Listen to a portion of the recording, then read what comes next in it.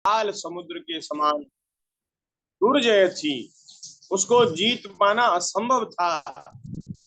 लेकिन भगवान की कृपा करुणा से, भगवान की सन्निधि से उस महाभारत के युद्ध में कौरवों की सेना, जिसमें बड़े बड़े वीर योद्धा सम्मिलित थे, उसको महाराज 5 पांडवों ने जीत लिया।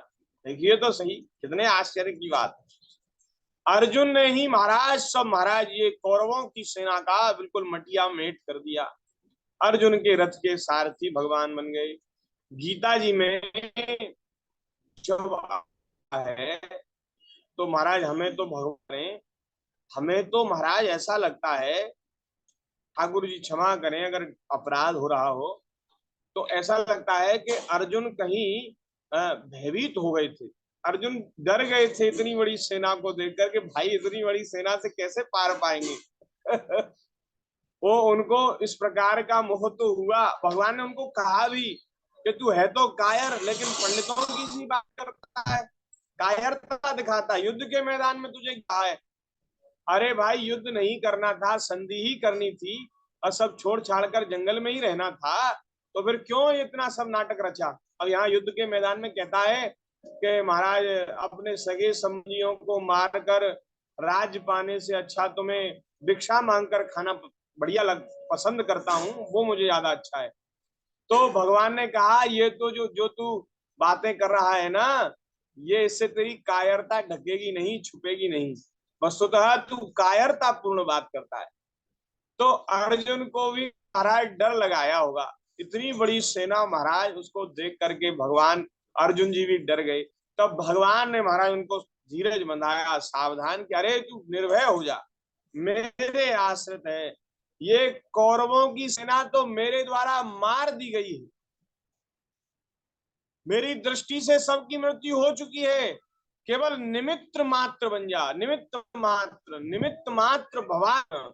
हे अर्जुन तू निमित्त बन जा, ये तो सब मार गए हैं मेरे द्वारा। तो भगवान की दया दृष्टि से इतनी बड़ी सेना के ऊपर भगवान एक पांडवों ने पार पाया, जीत लिया। और भी महाराज न जाने कितने अनेकों संकट, अनेकों विपत्तियां इनके ऊपर आई। 12 साल का वनवास, 1 साल का अज्ञातवास, कैसे कैसे संकट उस समय आए, भगवान ने सब प्रकार से इनकी रक्षा की। एक बार दुर्वासा जी महाराज आ गए, उस समय वनवास काट रहे थे पांडव, अपने 10 भाइयों को लेकर के भोजन करने के लिए आए। और महाराज वहां 10,000 शिष्यों की तो बात चले, 10-20 लोगों को भी पवाना वन में कठिन है, कहां से आए भोजन की सामग्री? और ब्राह्मण तो ब्राह्मण ही होते, खूब बढ़िया खाने पीने वाले होते हैं ब्राह्मण देवता, आप सब जानते ही हैं, ब्राह्मणों को खिलाते पिलाते हैं। तो अब महाराज 10,000 ब्राह्मणों को कैसे वन में खिलाया जाए? तो उस समय ठाकुर जी का स्मरण किया गया और भगवान पधारे हैं और एक तिनका मुख में रखा, एक तृण, और उससे जो दुर्वासा जी और उनके सारे शिष्य, जो उनके पेट भर गए, डकार मारने लगे और भाग गए। बोले महाराज अब वो उन्होंने सब व्यवस्था कर ली होगी, वहां जाकर क्या खाएंगे, हमारे पेट तो यहाँ पहले से ही भर गए, सब भाग गए। तो भगवान ने महाराज पग पग पर पांडवों की रक्षा की। अरे हम सब लोगों को भगवान के भरोसे होकर, आश्रित होकर के, और अपने योग क्षेम का भार ठाकुर जी के चरणों में समर्पित करके और निर्भयता पूर्वक, निश्चिंतता पूर्वक भगवान का भजन स्मरण करना चाहिए। भगवान भली करेंगे, भगवान मंगल करेंगे, भगवान अपने भक्तों की सब प्रकार से रक्षा करेंगे, सहायता करेंगे। ये पांडवों की कथा में महाराज हम सबको शिक्षा मिलती है। तो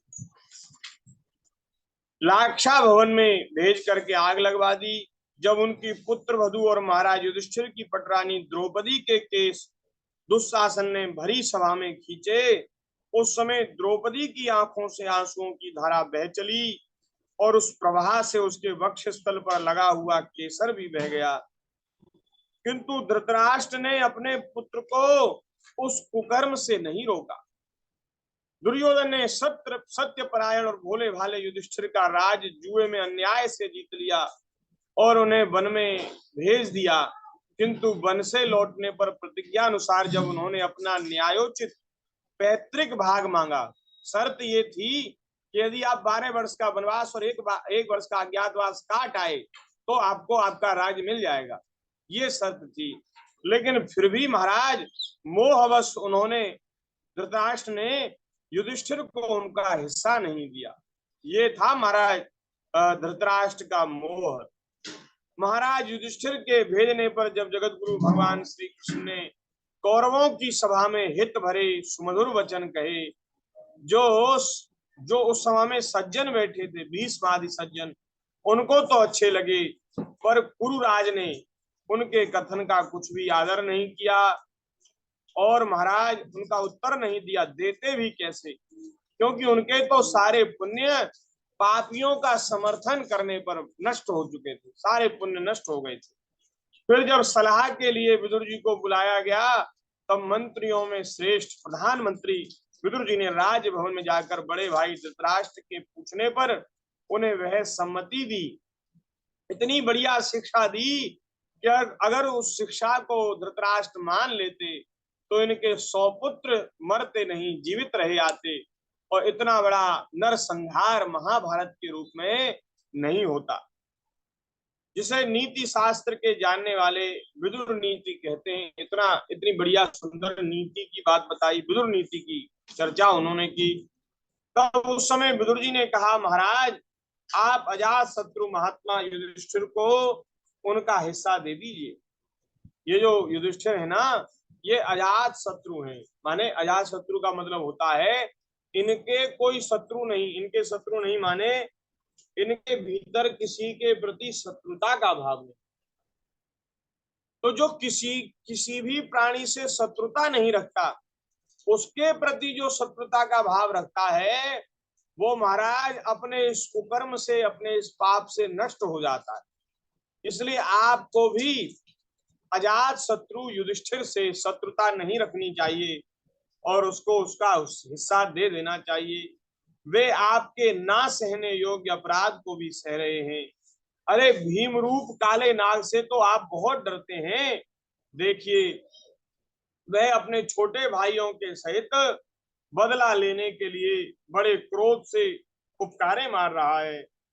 आपको पता नहीं, भगवान श्री कृष्ण ने पांडवों को अपना लिया है। ये पांडव भगवान के आश्रित हैं। वे यदुवीरों के आराध्य देव इस समय अपनी राजधानी द्वारका में विराजमान है। उन्होंने पृथ्वी के बड़े बड़े राजाओं को अपने अधीन कर लिया है तथा ब्राह्मण और देवता भी उन्हीं के पक्ष में हैं। और ऐसा हो कि कहीं महाभारत युद्ध हो, उस महाभारत युद्ध में कौरव पांडवों का युद्ध होगा तो पांडव जो हैं वो भगवान की सनिधि में है, भगवान उनकी ओर से स्वयं युद्ध लड़ने आएंगे। तो आप स्वयं विचार करिए, उस समय आपके पुत्रों को और कौरवों की सेना को कौन बचाएगा, जब स्वयं त्रिभुवनपति भगवान पांडवों की ओर से युद्ध करेंगे तो आपके पुत्रों की रक्षा कैसे होगी महाराज। इसलिए आप सावधान हो जाइए। जिसे आप पुत्र मान करके पाल रहे हैं ना, और जिसकी हाँ में हाँ मिला रहे हैं, यह जो दुर्योधन है, इसके रूप में आपके घर में पाप ही घुस करके बैठा है। यह तो साक्षात भगवान श्री कृष्ण से द्वेष करने वाला है, ठाकुर जी से भी इसका द्वेष है। इसी के कारण आप भगवान श्री कृष्ण से विमुख होकर के श्रीहीन हो रहे हैं। अतएव यदि आप अपने कुल की कुशल चाहते हैं तो इस दुष्ट को तुरंत ही त्याग दीजिए। विदुर जी का ऐसा सुंदर स्वभाव था कि साधुजन भी उसे प्राप्त करने की इच्छा करते थे, किंतु उनकी यह बात सुनते ही कर्ण, दुशासन और शकुनी के सहित दुर्योधन बड़ा क्रोधित हो गया और उसने इनको बड़ा भला बुरा कहा। बहुत उनको महाराज गालियां तक दी, तिरस्कार किया और कहा, अरे इस कुटिल दासी पुत्र को यहाँ बुलाया किसने, इसको तुरंत यहाँ से निकाल दो। अरे यह पलता तो हमारे टुकड़े खाकर है, लेकिन हमारे जो शत्रु हैं उनका काम बनाना चाहता है, इसको मार डालो। नहीं नहीं मारो तो मत, इसको अपने हमारे नगर से बाहर निकालो। इस प्रकार दुर्योधन ने अपने सिपाहियों को, सेवकों को आज्ञा दी। तब विदुर जी ने कहा, मुझे तुम्हारे ये जो भले बुरे वचन है ना, ये मुझे बुरे नहीं लगते, क्योंकि तुम्हारी तो बुद्धि बिगड़ चुकी है, तुम्हारा तो सर्वनाश होने वाला है। इसलिए तुम्हारी बुद्धि इस अपने हित अनित का विचार नहीं करती, इसलिए तुम मनमाना बोल रहे हो, मनमाना आचरण कर रहे हो। तुम क्या मुझे निकालोगे? मैं स्वयं ही तुम्हारा राज्य और ये प्रधानमंत्री का पद छोड़ करके स्वयं नगर से चला जाऊं। उस समय महाराज विदुर जी को धृतराष्ट्र के सामने ही दुर्योधन भले बुरे वचन कह रहा था, लेकिन महाराज धृतराष्ट्र ने एक बात भी मुंह से नहीं निकाली। धृतराष्ट्र के भैया ही हैं विदुर जी, अपने भाई का ऐसा अपमान भी उसने सह लिया और उसने अपने पुत्र को रोका नहीं। भगवान की माया को प्रबल समझकर अपना धनुष राज द्वार पर रख करके और वे हस्तिनापुर से विदुर जी महाराज चल दिए। और यहाँ सुखदेव जी कह रहे हैं कि जिस समय विदुर जी ने कौरवों का त्याग किया, जिस समय हस्तिनापुर का त्याग किया, सारे पुण्य हस्तिनापुर के नष्ट हो गए, कौरवों के नष्ट हो गए और उनका अंत, उनका विनाश निश्चित हो गया। यही महाराज लीला उसकी है। जब रावण ने विभीषण को त्यागा, उसी समय उसकी मृत्यु निश्चित हो गई, क्योंकि संतों का अपराध जो है वो सारे पुण्यों को, सारे मंगलों को नष्ट कर देता है। इसलिए महाराज संत अपराध से, भक्त अपराध से बचना चाहिए, सावधान रहना चाहिए।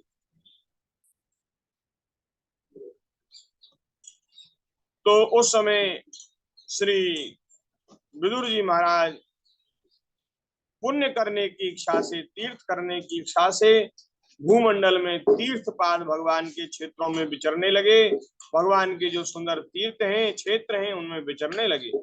जहां जहां भगवान की प्रतिमाओं से सुशोभित तीर्थ स्थान, नगर, पवित्र वन, पर्वत, निकुंज और निर्मल जल से भरे हुए नदी, सरोवर आदि थे, उन सभी स्थानों में वे अकेले ही विचरते रहे। अवधूत वेश में स्वच्छंदता पूर्वक पृथ्वी पर विचरण कर रहे थे, जिससे आत्मीय जन उन्हें पहचान न सके।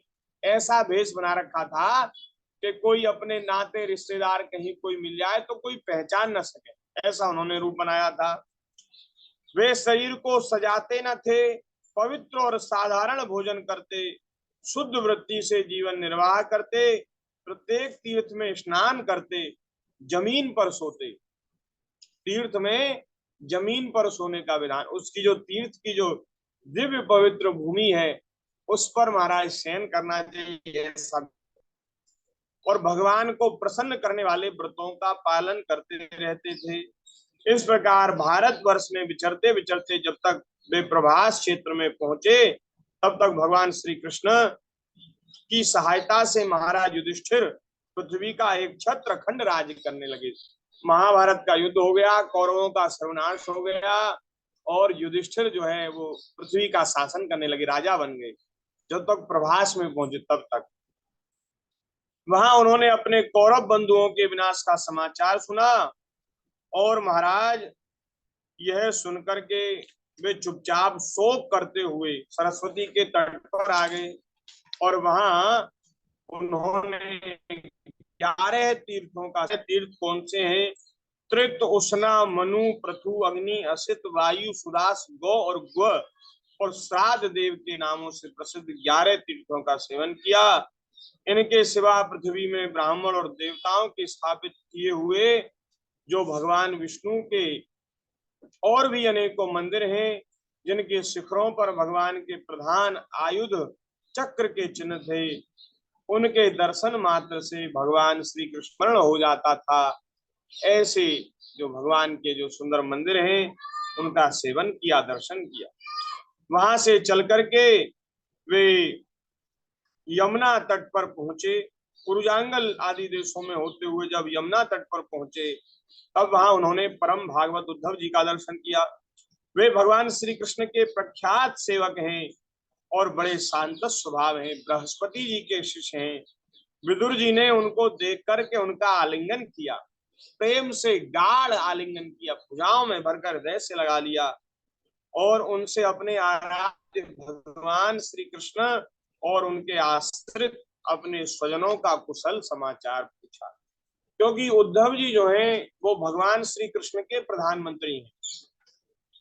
तो उद्धव जी मिल गए तो विदुर जी बड़े प्रसन्न हुए कि इन अब ये मिल गए हैं तो इनसे भगवान श्री कृष्ण का समाचार हमको प्राप्त हो जाएगा, क्योंकि ये सब उनका मंगल समाचार देने वाले हैं, तो सब कुछ बता देंगे। तो बड़े आनंद से श्री कृष्ण का और उनके जो आश्रित अपने स्वजन हैं उनका कुशल समाचार पूछा। लेकिन महाराज तब तक भगवान श्री हरि श्री कृष्ण पृथ्वी का भार हरण करके और पृथ्वी को सूनी करके अपने धाम में नित्य गोलोक में पधार चुके थे। उस समय सभी यदुवंशी आपसी कलह के कारण नष्ट हो गए, मर गए और भगवान अपने धाम चले गए।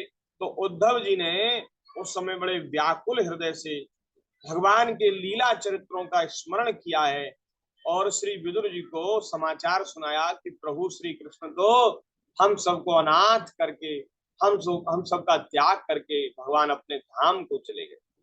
उस समय उद्धव जी महाराज उनके नेत्रों से जलधारा बहने लगी भगवान का स्मरण करके और विदुर जी भी बड़े भावुक हो गए। तो जिस प्रकार से उद्धव जी ने भगवान की बाल लीलाओं का और भगवान की दिव्य लीलाओं का स्मरण किया है, वो सब चरित्र वो सब कथा हम भगवान की कृपा से कल कहेंगे। आज की कथा को, आज के सत्संग को हम यहीं विराम कर रहे हैं। इन्हीं शब्दों के साथ अपनी वाणी को विराम देते हैं। आगे का चरित्र, आगे की कथा भगवान की कृपा से कल करेंगे। बोलिए भक्त वत्सल भगवान की जय। हरि शरणम हरि शरणम हरि शरणम हरि शरणम हरि शरणम हरि शरणम हरि हरि शरणम शरणम हरि शरणम हरि शरणम हरि शरणम हरि हरि